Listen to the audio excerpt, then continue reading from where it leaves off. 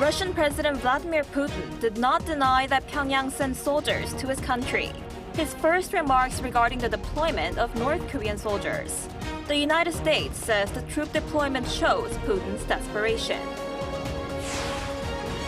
With just less than 2 weeks left until the presidential election in the U.S., the two leading candidates, Kamala Harris and Donald Trump, are in a very tight race. Various polls show narrow differences in who's in the lead, and there's no clear leader in the 7 swing states that'll likely decide the election. Amid the rise of Korean culture, a German public broadcaster has launched its first regular K-pop radio show. It offers not just music, but also introduces Korean dramas, films, and food, and features interviews. It's October 25th, 8 p.m. in Seoul. This is Newscenter. Thank you for joining us. I'm Peunji, filling in for Yoon Jung-min. We start with a rather ambiguous response by Russian leader Vladimir Putin regarding the presence of North Korean troops in Russia for military training. This has prompted harsh condemnation from the U.S. Our correspondent Kim Jung-sil starts us off. The Pentagon slammed Russian President Vladimir Putin just a day after the U.S. confirmed 3,000 North Korean troops had been deployed to Russia. This really highlights Russia's desperation, tin cupping to the DPRK, to Iran, enticing DPRK soldiers, if they were to ever enter the fight. I think that shows that Putin has failed in his strategic objectives on the battlefield. The Pentagon response came amid Putin's remarks regarding the North Korean soldiers in his country for the first time. At the BRICS summit on Thursday, the Russian leader said this. We never doubted the leadership of North Korea treats our agreement seriously. But what we will do and how we will do it is up to us. We are in touch with our North Korean friends, and we will see how this process develops. The first North Korean troops deployed to Russia have reportedly been stationed in Kursk, a region bordering Ukraine, intensifying focus on the ongoing conflict there. Ukraine's military claims that the initial group of North Korean soldiers trained in Russia was spotted on the front lines in Kursk as of Wednesday. Experts in South Korea warned that if North Korean soldiers do engage in combat, they could face heavy losses. There's talk that North Korea lacks combat experience, and there's a language barrier and unfamiliarity with the terrain. While Russia has a technical and military advantage, it also relies on highly inefficient tactics. Look at what they're doing in Donbass. Now, Russia may send North Korean soldiers to defend Kursk or whatever else. It may work, but it will come with heavy losses. Meanwhile, South Korea and the U.S. are set to hold their 56th Security Consultative meeting next Wednesday in Washington to address the troop deployment issue.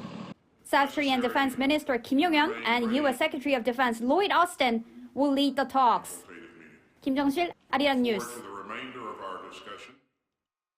Amid rising concerns on North Korea's deployment of troops, South Korea is dispatching a joint delegation of its foreign and defense ministries as well as the National Intelligence Service to NATO headquarters next week. The NIS shared on Friday that high-level government officials and members of the Joint Chiefs of Staff will visit the headquarters in Belgium and brief the North Atlantic Council on the North's deployment of its soldiers. They will also speak to the European Union's Political and Security Committee. NATO Secretary General Mark Rutte, during a phone call with President Yoon Suk-yeol on Monday, had requested the visit. In the meantime, North Korea has been seen building walls along the inter-Korean border after blowing up roads connecting the two Koreas earlier this month. The rather new structure detected by the satellite appeared to be hundreds of meters long already. Our Lee Si-woo reports. It seems blowing up cross-border roads wasn't enough for North Korea, which has now been seen to be building 100-meter-long walls along the inter-Korean border. The Voice of America reported on Friday that a satellite image from Planet Labs shows a wall being built on a road and railway called the Gyeonggi Line, one of the two major roads and railways connecting the south and north that Pyongyang blew up earlier this month. The Gyeonggi Line road connects the South Korean city of Paju and the inter-Korean Kaesong Industrial Complex in the north. As of Thursday, the blocking structure appeared to be approximately 95 meters long. Meanwhile, the South Korean military also detected a 200-meter-long wall on another demolished cross-border road, the Donghae Line. The military said it's tracking and monitoring operations near the military demarcation line. Seoul's Unification Ministry said on Friday that it too is keeping a close watch. We've identified North Korea's additional construction activities at the site of the explosion. The North said it will continue its actions to disconnect, so we will closely watch related movements. North Korea blew up sections of the two major inter-Korean roads on October 15th, possibly to prevent further North Korean defections to South Korea and cross-border transportation. Lee Si-hoo, Arirang News. Senior diplomats from South Korea, Japan, and China will sit down in Tokyo next Monday for talks on advancing trilateral cooperation. Deputy Foreign Minister Chung Byung-won will meet with his Chinese and Japanese counterparts, Sun Wei-dong and Takehiro Funakoshi, respectively. They will likely discuss plans for a trilateral summit among their leaders in Japan next year. Back in May, the three countries spoke of a top-level meeting to expand three-way cooperation. Over in the U.S., new polls show the race to the White House between Democratic candidate Kamala Harris and her Republican counterpart Donald Trump is indeed looking too close for comfort for both contenders. Our Ian-jin has the latest. Vice President Kamala Harris and former President Donald Trump are both scrapping for every undecided voter, especially in the swing states where they are neck and neck. Forbes reports that at least 6 surveys from over the past week show Harris to have a narrow advantage, while 3 others found Trump to have a slim lead. A survey of registered voters by CNBC and another by the Wall Street Journal showed Trump to be ahead by 2 percentage points, each with a margin of error of at least 2.5%. According to the latest Bloomberg News and Morning Consult tracking poll for the week of October 16th, the two candidates are tied with 49% among likely voters in the 7 swing states, with the poll's overall statistical margin of error only at 1 percentage point. Bloomberg News and Morning Consult have been polling likely voters on a monthly basis for the past year. Their data shows that among registered voters across the 7 swing states, support for Trump has been consistent, never falling below 47% or rising above 49%. For Harris, her sudden leap into the presidential campaign in July started with a big jump, but her lead has now narrowed. And what keeps it a tight contest is that while Harris has made inroads with the so-called double haters of Biden and Trump, there are now new double haters against her and Trump, among whom she trails by 18 percentage points. Vice President Kamala Harris continued her campaign trail in Georgia on Thursday. The rally was her first with former President Barack Obama. Also in attendance were musician Bruce Springsteen, director Spike Lee, and actor Samuel L. Jackson. Music icon Beyoncé is reported to be appearing alongside Kamala Harris at a rally on Friday in Houston. Beyoncé's song Freedom has often been played at Harris's campaign events, but this will be the singer's first actual appearance. Harris is still expected to appear with Michelle Obama on Saturday in Michigan, another heavily weighted swing state. Meanwhile, Donald Trump took his campaign trail out west to the battleground states of Arizona and Nevada. And at his Nevada event, he specifically attempted to appeal to the state's Asian American population. According to Silver Bulletin data released on Thursday, Harris currently leads in Michigan, Nevada, and Wisconsin, while Trump is ahead in North Carolina, Georgia, and Arizona, and the two are tied in Pennsylvania. But all 7 of the swing states show margins in the single digits, keeping the race tight. Ian-jin, Arirang News. Egyptian and Hamas officials have met in Cairo, hopeful of reviving the long-stalled Gaza ceasefire talks. U.S. Secretary of State Antony Blinken is also in Qatar as efforts to resume negotiations. Our Lee Seung-jae reports. Despite months of stalled negotiations between Israel and Hamas, a breakthrough in talks may be in the works. According to Egypt's state-run Al-Qahira News TV on Thursday, an Egyptian security delegation is hosting a delegation of Hamas leaders in Cairo in the hope of resuming ceasefire negotiations.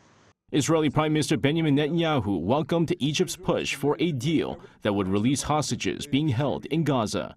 Egypt, and Qatar had been mediating between Hamas and Israel before ceasefire talks broke down in August. In another push to revive the talks, U.S. Secretary of State Antony Blinken arrived in Qatar on Thursday. There, he called on Hamas to agree to a deal that would finally end the fighting in Gaza. And of course, we're working intensely to make sure that this conflict doesn't spread. We don't have wider wars. And all of this, perhaps, will focus Hamas on the imperative of concluding a deal. If it cares about the people of Gaza, then it will engage, and it will conclude some kind of agreement. Blinken also stressed that a ceasefire deal would ensure the withdrawal of Israeli forces in Gaza so that the Palestinians can rebuild their lives and their future without Hamas.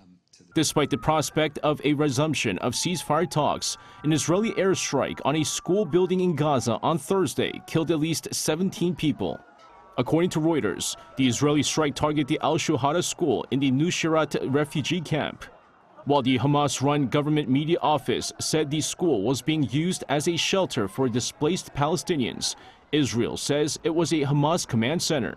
9 children were among those killed, including an 11-month-old baby. Lee Seung-jae, Arirang News. Finance Minister Choi Sang-mok has hinted at a possible downward revision of Korea's economic growth forecast for this year. His remarks were shared at a press conference in Washington, D.C. on Thursday local time, which follows recent findings of a lower than expected economic expansion for the third quarter at 0.1% on quarter, owing to an ease in auto exports. This raised the possibility of the annual growth rate being unable to reach the government's target for this year, which stands at 2.6%.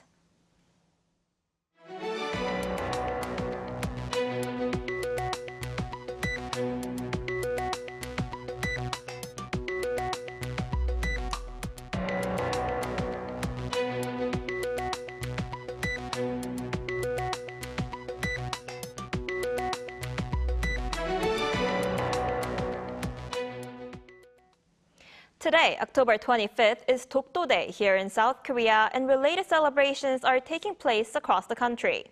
At the National Assembly, lawmakers across the aisle came together to mark the occasion. During the event, People Power Party lawmaker Da Kyung-won stressed the significance of such celebrations to remind people about the importance of protecting sovereign territory. Ulleungdo Island in the East Sea is also held its first annual Dokdo Day ceremony on this Friday afternoon.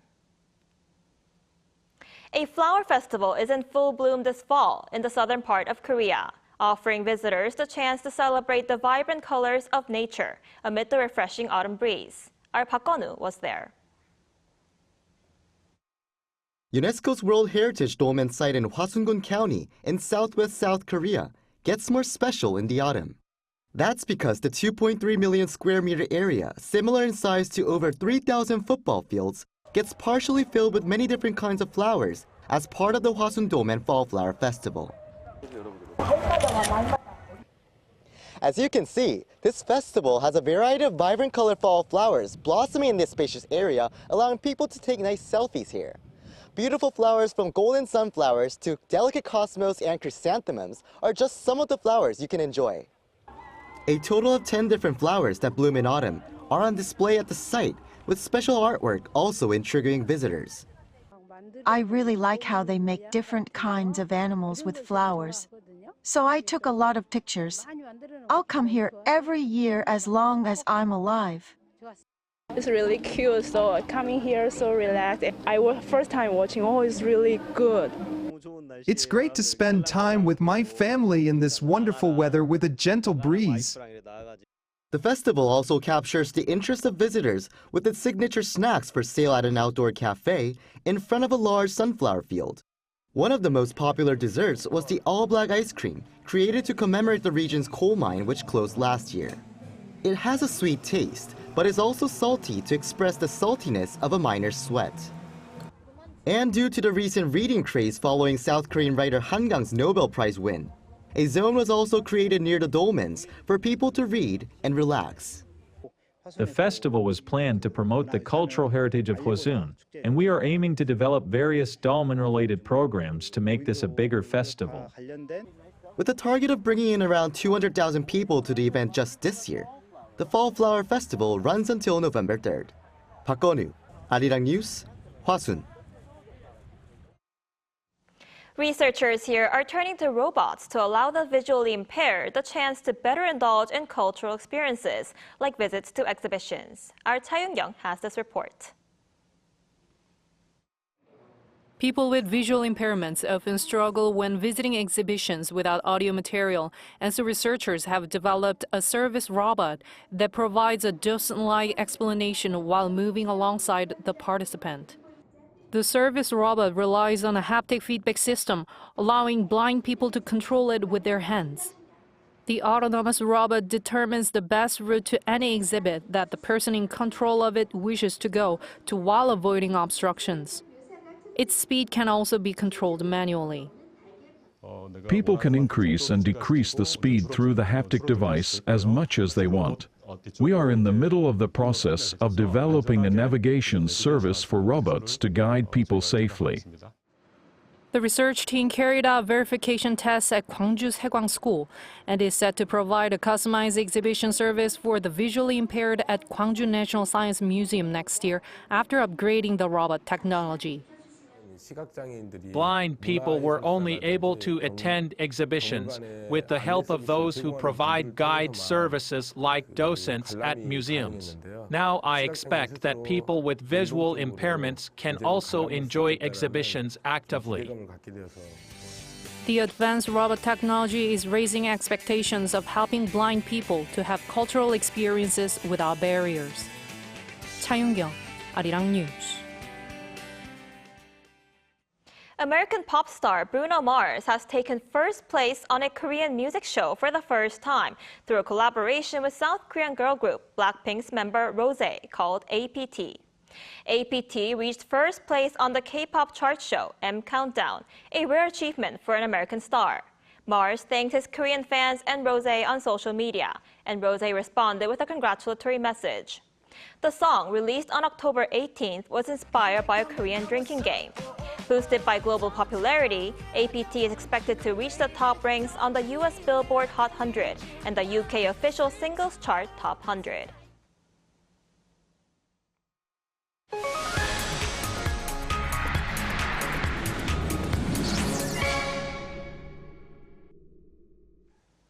And time now for our weekly arts and culture segment. And as always, we have our culture correspondent Song Yujin in the studio with us. Welcome, Yujin. Happy Friday, Eunji.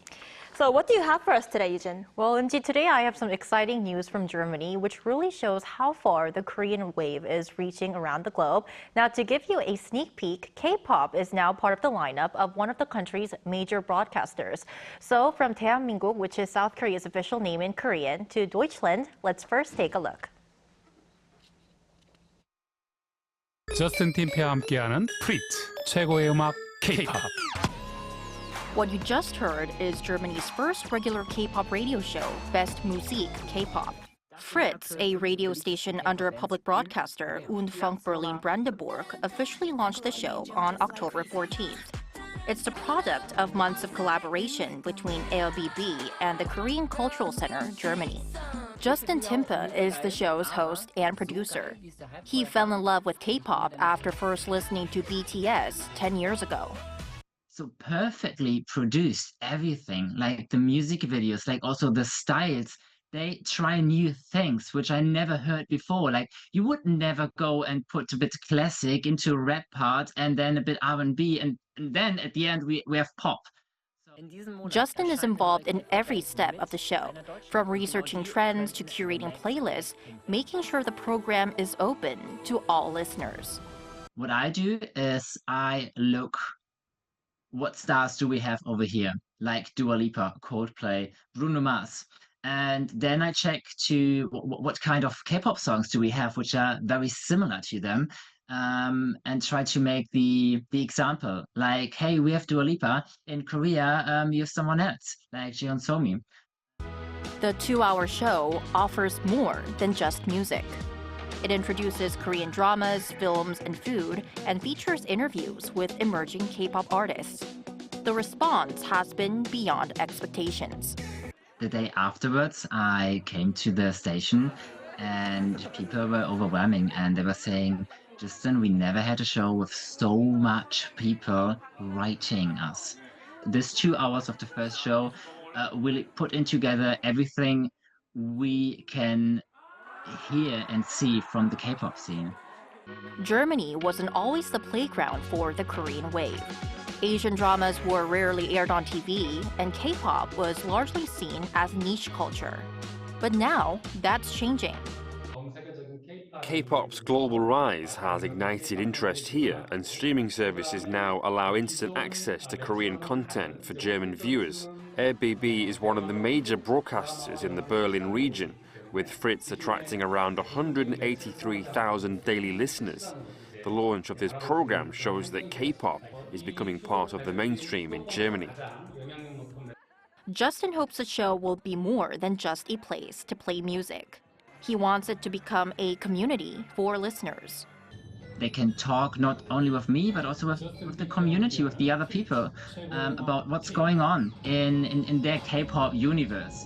I want to make K-pop more, let's say, closer, so that also people who are not into the scene directly can tune in and know what is K-pop. If you want to know more about K-pop and Korea, tune into Best Musique K-pop every other Monday at 8 p.m. local time.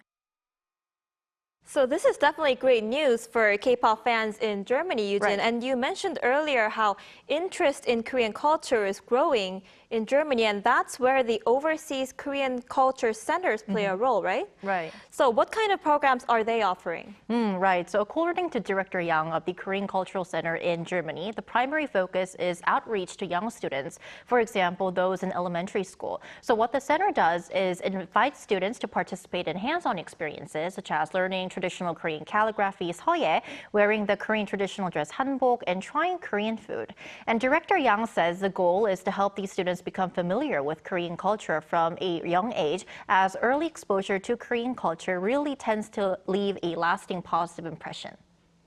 I see. And I heard this year marks the 30th anniversary of the Korean Cultural Center Germany. Are there any programs or events that viewers of all ages might be able to enjoy? There actually is, and I'm glad you asked because the 8th Korea Independent Film Festival starts its 11-day run in Berlin's Babylon Cinema just today. Now, to tell you a bit more about this annual event, it introduces Korean independent films to the local audience with German subtitles. And the festival has screened around 10 films each season, attracting an average of 1,000 attendees.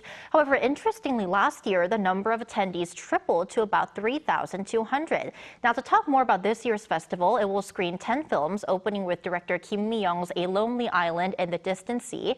After the 7 p.m. screening tonight, director Kim Mi-young and the lead actor Park Jung-hwan will meet the audience in person. All right, Yujin, thank you, or should I say Tankishin, for your report today. Well, my pleasure, or should I say Pite Eunji.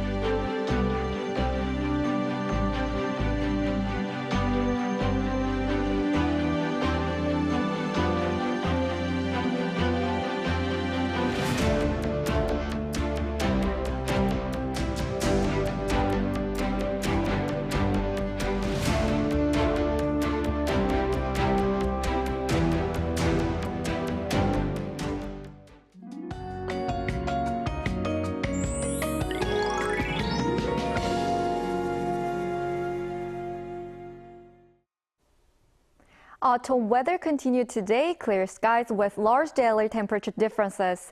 Tomorrow, inland areas such as Seoul will see only passing clouds. Starting with Jeju Island in the morning, there will be some rain in the coastal areas of Jeollanam-do province in the afternoon. On Sunday, the rain will expand to other southern regions. Up to 50 to 60 millimeters is expected on Jeju Island and south coast until Sunday, and 5 to 10 in southern inland areas. There will be strong winds on the south coast and Jeju Island today. To prevent accidents, please check whether anything that could be blown away is secured down. Tomorrow's Seoul will start off at 12 degrees Celsius, Daejeon and Daegu 13 degrees. Daily highs will move up to 24 in Seoul, Gwangju and Busan, Chuncheon and Gyeongju 22 degrees. Even though there will be huge daily temperature differences, it will be great to do outdoor activities this weekend. That's all for Korea. Here are the weather conditions around the world.